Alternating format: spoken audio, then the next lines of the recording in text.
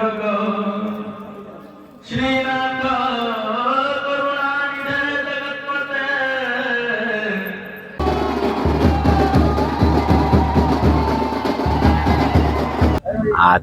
ये हूँ आमर सनातन धर्मर रक्षा करने ये सब नागा बाबा तैयारी होते आमर सनातन धर्म लोप पाऊला से आदिगुरु शंकराचार्य धर्म सनातन धर्म पर फौज हिसाब से रखी जिते आमर सनातन धर्म उपर आंच आसो से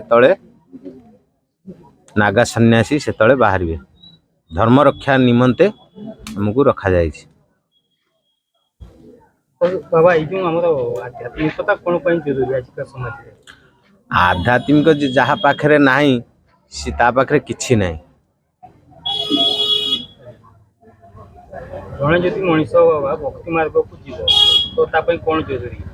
ताप मेन जिनस निजर श्रद्धा भक्ति सेवा ये जिते जाए पाखे नथिबो सेतବେଳେ କିଛି ହେବନି। ମଣିଷତ୍ୱ କିଛି ନଥିଲେ କିଛି ହେଇପାରିବନି। ସମସ୍ତେ ତ ଆମେ ସଂସାରକୁ ଆସିଛେ କିଛି କରିବା ପାଇଁ। ମୟୂରଭଞ୍ଜ ଜିଲ୍ଲା ମୋରଡା ବ୍ଲକ अंतर्गत डाकोई ग्राम में मां शीतलाଙ୍କ ଝାମୁ ଯାତ୍ରା ଅନୁଷ୍ଠିତ ହୋଇଯାଇଛି। ତେବେ 8 ତାରିଖରୁ ଆରମ୍ଭ ହୋଇଥିବା ଏହି ଝାମୁ ଯାତ୍ରା 12 ତାରିଖରେ ସରିବ ଏବଂ ଏହି ଝାମୁ ଯାତ୍ରାରେ 5 ଦିନ ମାं शीतला ଭକ୍ତଙ୍କୁ ଦର୍ଶନ ଦେବେ। तेबे मां को आवाहन करी ग्राम निकट पोखरी घट उठाई घट शोभायात्रा करी गाँ परिक्रमा करथिले। परे मानसिकधारी घंट पाटुआ सेवक एवं व्रतधारी भक्त माने झामु गाड़ी अग्नि रे चली और कंटार बिछणारे गड़ी निज भक्तिर परीक्षा देथिले एवं एही अग्नि परीक्षा देखिबा पई हजार हजार संख्यक श्रद्धालुंक भीड़ जमीथिला।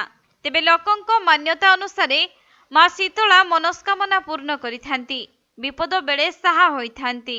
सेथिपाई अंचलर प्रसिद्ध देवी रूपे पूजा पाउछंती मां शीतला। एही अवसर रे पूजक मानक मंत्रध्वनि रे मंदिर परिवेश मंत्रमय होई उठिथिबा बेले दासी नृत्य बाजा घंट ध्वनि रे गगन पवन प्रकंपित होई उठिथिला। सेपटे एही झामु यात्रा रे जगतर कल्याण निमंते होमयज्ञ मध्य करा जाई थाए। आउ यात्रा शेष रे मां को फलदान पाइबा द्वारा संतान प्राप्ति हुए बोली विश्वास रही। तेबे एही झामु यात्रा रे नागा साधु को मध्य देखिबाकु मिलिथिला। तेबे मां शीतलांक प्रति विश्वासर प्रतीक हेउछि एही झामु यात्रा जहाँकि डाकोई ग्राम रे दीर्घ वर्षरु मां शीतलांक निकटरे एही झामु यात्रा चिराचरित भावरे परंपरा अनुଯାयी चली आसीछि। मां को आज झामु यात्रा विषय मां को झामु यात्रा आज को बहुत वर्ष चली मां कृपा एवं तांकर शक्ति बल रे बहुत भक्त आसती उपकार होती।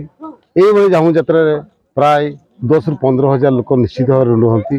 समस्त को अन्न छत्र भाया गाँ साई पड़ोसी जी आसे खाती मां पाखे प्रार्थना करती मनस्कामना मां भक्त वर्ग पूर्ण करती जहाद्वारा कि बहुत भक्त आपे आपे निजे मां पाखक आसती।